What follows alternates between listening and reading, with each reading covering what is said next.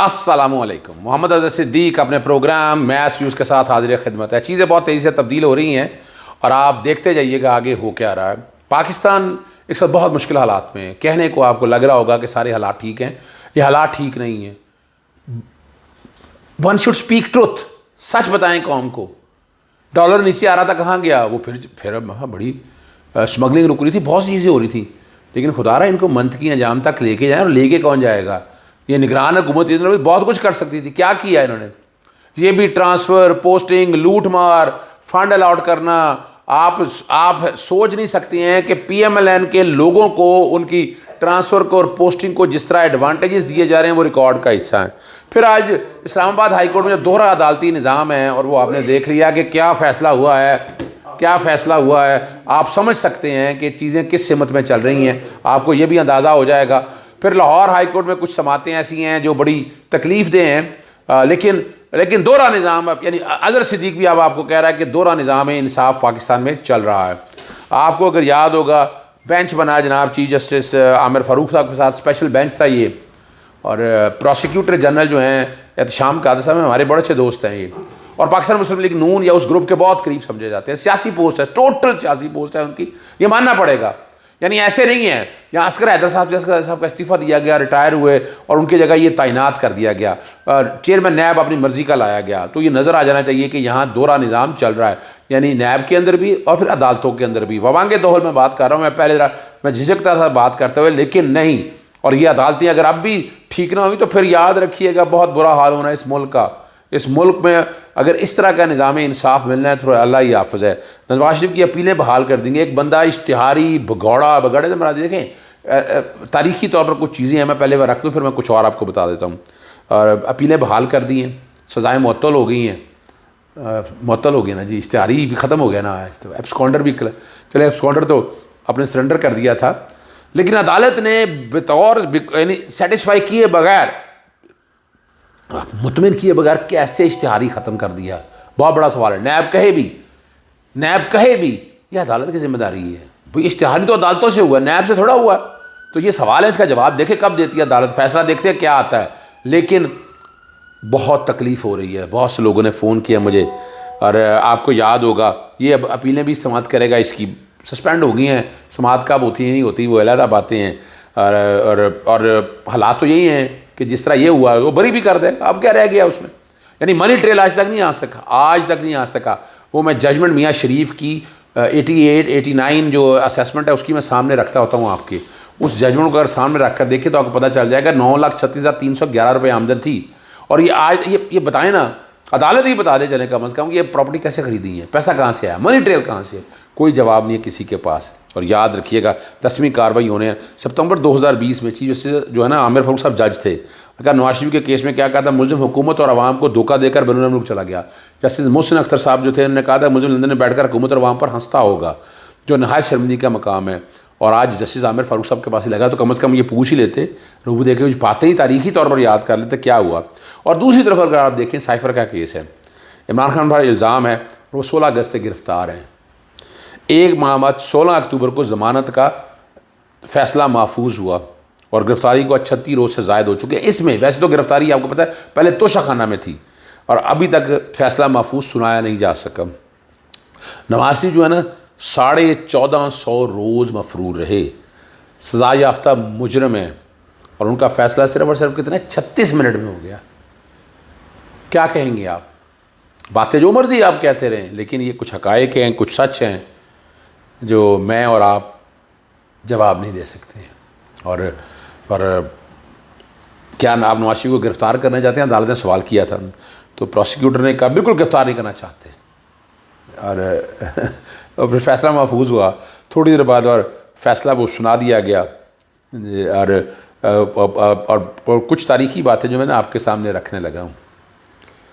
यहीं आप सोचिएगा ज़रा, अमारतों को आग किसने लगाई? पीपल्स पार्टी ने। ये जो इल्ज़ामात लगते आए हैं, फ़ौज की ईंट सींट बजाने का बयान किसने दिया? आसिफ जरदारी साहब।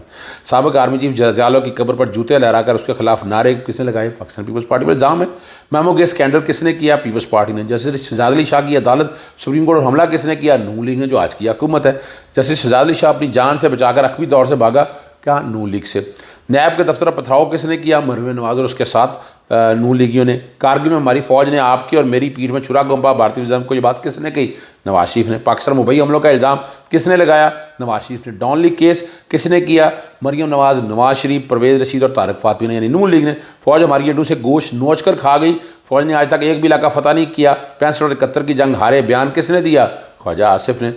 अभिनंदन को गिरफ्तार करने के बाद army chief general Qamar Javed का माथे पर पसीना था और टांगे काम, ये बयान किसने दिया? कौमी असम्बली में। आपको पता है जहाज सादिक ने। नून लीग। पाकिस्तान को ख़राब करें ये फ़ौज के जनरल और ठीक करें नवाज शरीफ, ये बयान किसने दिया? ख्वाजा आसिफ ने। फ़ौज को खिलाई मखलूक किसने कहा? नवाज शरीफ ने। जनरल परवेज़ मुशर्रफ का गद्दारी का मुकदमा किसने चलाया? नवाज शरीफ ने। पाकिस्तान जनरल अपनी हदूद में क्यों नहीं रहते, ये मुल्क के ठेकेदार क्यों बनते हैं, ये बयान किसने दिया? नवाज शरीफ ने। फ़ौज को इसराइल के वजीफे और पलने वाले जर्नैल किसने कहा? मौलाना फजलुर रहमान ने। ये हम तुम्हारा वो अशर कहेंगे जो अशर अफगानिस्तान में तालिबान है अमरीकी फ़ौज का किया, ये बयान किसने दिया? मौलाना फजलुर रहमान ने। अगर मुझे नैब ने बुलाया तो पाकिस्तान तमाम मदारस के तलबा मेरे साथ पेशी पर जाएंगे, ये किसने कहा था? मौलाना फजलुर रहमान ने। मौजूदा चीफ जस्टिस उमर ताब इंदियाल के खिलाफ मोहन कौन चला रहा था, उसके खिलाफ तौहीन अवेज पोस्टर कौन लेकर सुप्रीम कोर्ट के बाहर खड़ा था? पूरी PDM थी और नजर आ रहा था मरियम सफदर मौजूद थी। सुप्रीम कोर्ट मौजूदा जस्टिस जज जाजुल हसन, मुज़ाहिर नकवी और इलेक्शन कमीशन के फैसले देने वाले जजेस के खिलाफ पोस्टर किसने लगाए? आपको सारी PDM जो नज़र आ रहा है बाजार में। अब ये मैं वैसे बात कर रहा हूँ, ये मैं बता रहा हूँ जो सुनने में बातें आ रही हैं सारी। सुप्रीम कोर्ट के बाहर धरना देने के कौन पहुंचा और रेड जोन क्रॉस करके सुप्रीम कोर्ट किसने नारे लगवाए और गेट किसने तोड़े? वो आपके सामने है। साहब की चीफ जस्टिस साकिब निसार आसिफ खोसा की किरदार कशी किसने की? नून लीग ने। जनरल फैज़ हमीद का कोर्ट मार्शल करवाना किसकी ख्वाहिश पर? नून लीग पर। ये सब पाकिस्तानी के इदारे और उनके सरबराह या उनके इदारों का हिस्सा थे और ये है। ये सब क्या PTI ने किया? इमरान खान साहब के किसी शख्सियात के बारे में जो बयान है वो सारा लगाना है, मकसद किसी को बैकफुट पर नहीं ले जाना।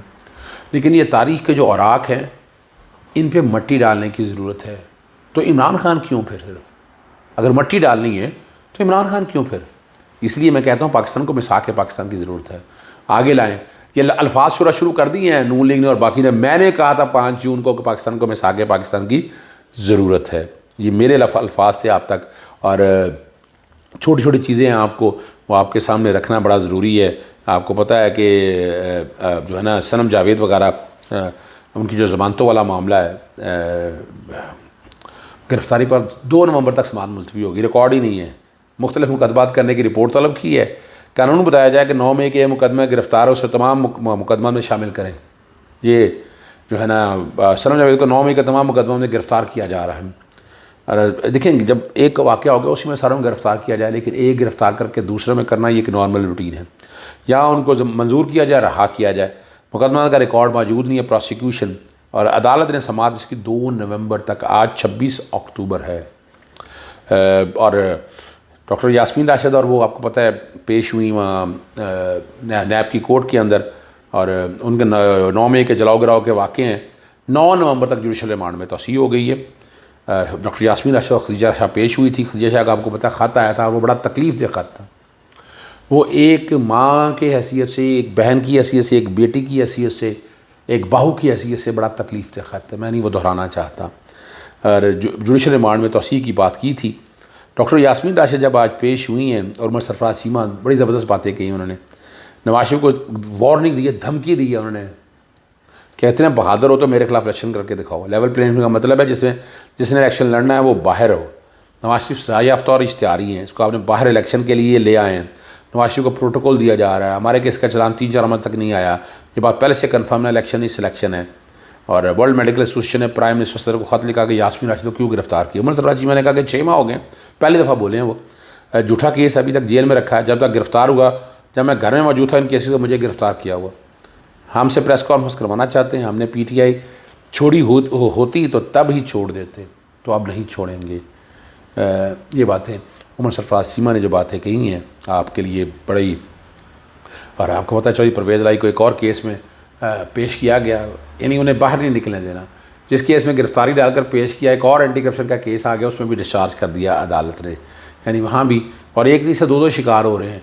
यानी अक्सर झूठे पर्चे जमा करवा के ना एक स्टैंपें लगवा रहे हैं ताकि, और वो शुगर में मिलों वाला केस जो है ना बड़ा ख़तरनाक केस है।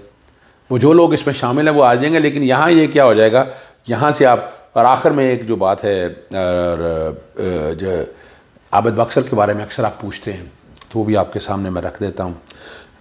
इश्तिहारी को पनाह देने, पुलिस से सरकारी क्लाशों को छीनने और पुलिस रास्ते से भागने के केस में इंसानी दहशतगर्दी के केस में उन्होंने पेश किया, जिस्मानी रिमांड किया। ये बत्ताखोरों, पनाह लेने, सरकारी क्लाशों को छीनने और पुलिस हिरासत से भगाने का इल्ज़ाम है। और हिरासत से फ़रार होने के बाद कसूर से दोबारा गिरफ़्तार किया गया। थाना फैसल टाउन ने आबिद बाक्सर और दीगर के खिलाफ, मुझे हर एक को पता है कि वो कहाँ गिरफ़्तार हुए। और आबिद बाक्सर वो हैं जो अपना मावरा अदालत का दहशत गर्दियाँ हुई, कत्ल किए गए, और कौन कत्ल कराता रहा ये आपके सामने मौजूद है। पाकिस्तान को खुदारा एक नेक रास्ते की तरफ ले आएँ। पाकिस्तान और कितना खून बहेगा, इसकी जड़ों से कितना खून और निकलेगा, सोचें और अमल करें। यहाँ चाहता हूँ। अस्सलाम वालेकुम, अल्लाह हाफ़िज़। पाकिस्तान जिंदाबाद।